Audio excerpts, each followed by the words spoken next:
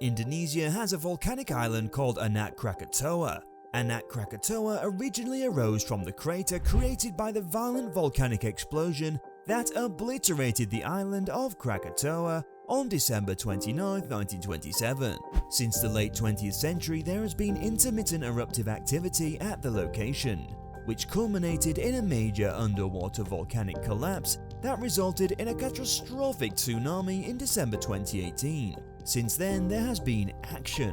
Krakatau Island lost roughly 2/3 of its body on the northwest side following the catastrophic eruption of Krakatau in 1883, obliterating the peaks of Perbuwatan and Danan, and leaving only the southern half of the island, including the Rakata volcano, as the last survivor of the original island. A small sea was created in the missing area. The island is among those in the region that are of interest to volcanologists and the subject of in-depth research because of its youthful age. Join us till the end of this video. Let's explore the biggest volcano eruption of this era. A bit of history. Early in 1927, volcanic activity started to develop in the spot between Mount Perbuwatan and Mount Danan's previous summit. A little island made a brief appearance, but within a week it was sunk by the water.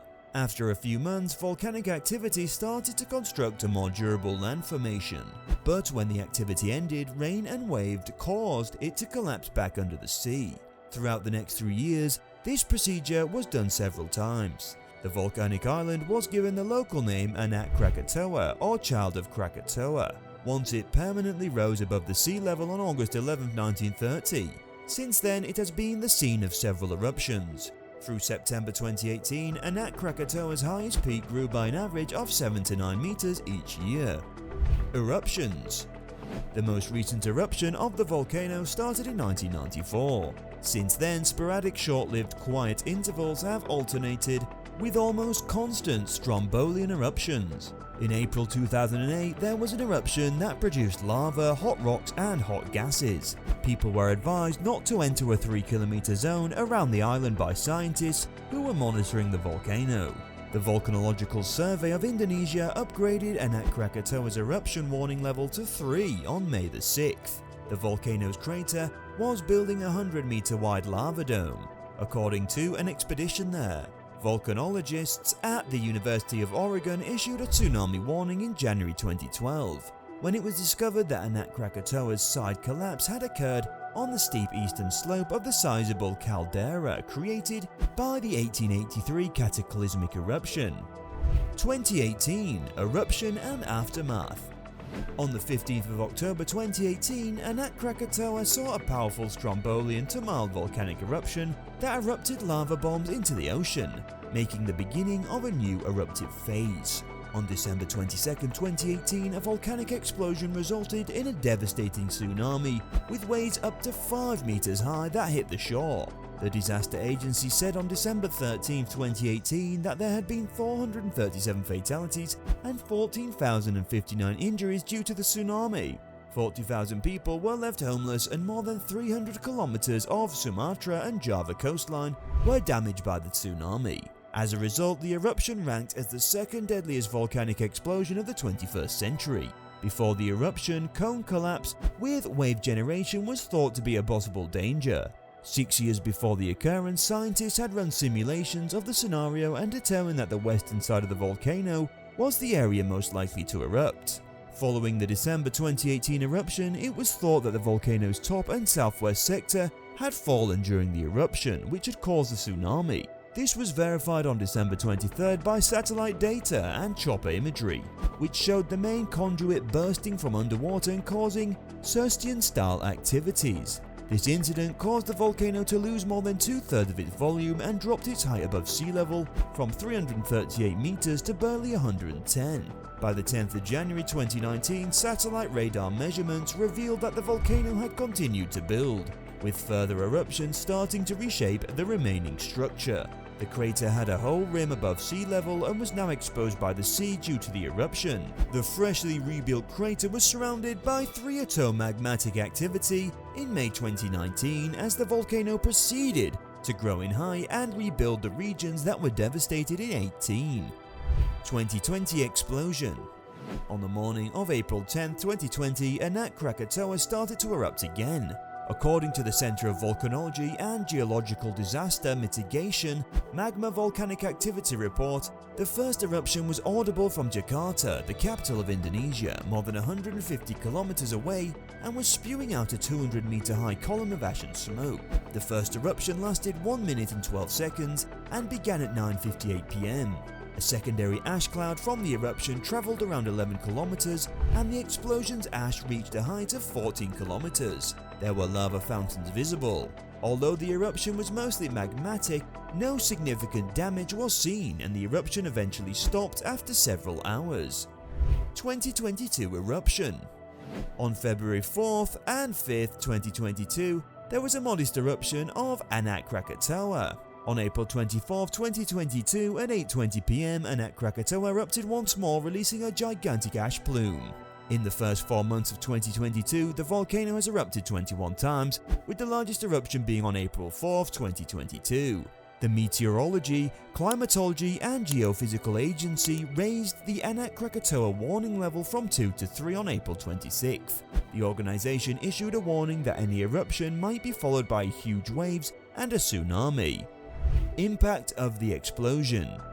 Banten Serang District. It was discovered that Banten was more severely affected by the tsunami than Lampung. Impacts were evident throughout Banten's western shore, although they didn't seem to be ongoing. Physical measurements and eyewitness accounts could not always pinpoint the locations of tsunami wave evidence. It's important to emphasize that due to the difficulty of doing so, the respondents' expression were not intended to provide clarification of the tidal gauge data. The tidal stations provided 1-minute average data for the tide elevation. The Anyar shore was where the tsunami's impact reached their northernmost point. In the town of Kurang Suraga near Villa A Palmi, the tsunami's northernmost point was found. The gazebo roof damage in the villa's garden allowed scientists to determine that the tsunami's depth in the area was 2.8 meters. Based on a broken twig, the highest tsunami depth in the area around this settlement was 3 meters. A number of tsunami boulders were also discovered at Villa A Palmi. The second wave was the biggest and most devastating, according to interviews with 2 tsunami survivors in this hamlet. And there were 2 strong wave assaults in the region. Another survivor at Serang's Villa Kurang Bolong recounted a similar story. Some homes and villas in this region were destroyed by tsunami waves. The effects of the tsunami were more obvious to the south of the region, as shown in the Sinangkar sub-district. Pandeglang. In contrast to Serang, where vacation villas make up the majority of the beachfront region, Pandeglang's coastline is mostly residential. The tsunami had a significant impact on the Sambola Bay settlement of Sukaramai. Further damage was seen in Karita area of Pandeglang. The survey crew looked at Gading Nirwana Villa and Mutiara Karita Cottage. The 2 resort complexes are located along the ocean, and some of the structures have sea views. The majority of the structures in this region were around 15 meters from the shore, and it seems that they were not built to withstand any waves from the strait. The tidal surge flattened the majority of the structures, leaving just their floors standing. The wall clock in the flooded home indicated that the time stopped at 21:45 local time. The measured tsunami flow depth in Mutiara Karita was 3.5 meters, which was indicated by a broken tree limb, and 3.34 meters, which was indicated by a damaged cottage roof component. These are the survey's points F33 and F34 respectively. Gading Nirwana Villa recorded a deeper tsunami flow depth of 5.5 meters. From the villa's damaged roof, flow depth was determined. Lampung, South Lampung neighborhood. 3 sites, 2 in South Lampung and 1 in TANGGAMUS district of Lampung, were used to evaluate the effects of the tsunami brought on by the Mount Anak Krakatau explosion. At the Lampung beaches, South Lampung was the region most severely damaged by the tsunami. The Kalianda and Rahabaza sub-districts of South Lampung were reported to have substantial tsunami effects. 3 communities in Kalianda, Waikiai, Waiurang and Maja were selected for in-depth examinations. The residential area along the shore of Waikiai was most empty. There was not much significant damage to structures despite the fact that the depth of the tsunami surge was as high as 2 meters and could still be discovered in the area around 100 meters from the beach. However, several of the homes along the shore were destroyed by the tsunami wave, leaving just the floors standing as obvious signs of the homes. Some homes in the hamlet of Wairang were totally devastated by the tsunami. TANGGAMUS district.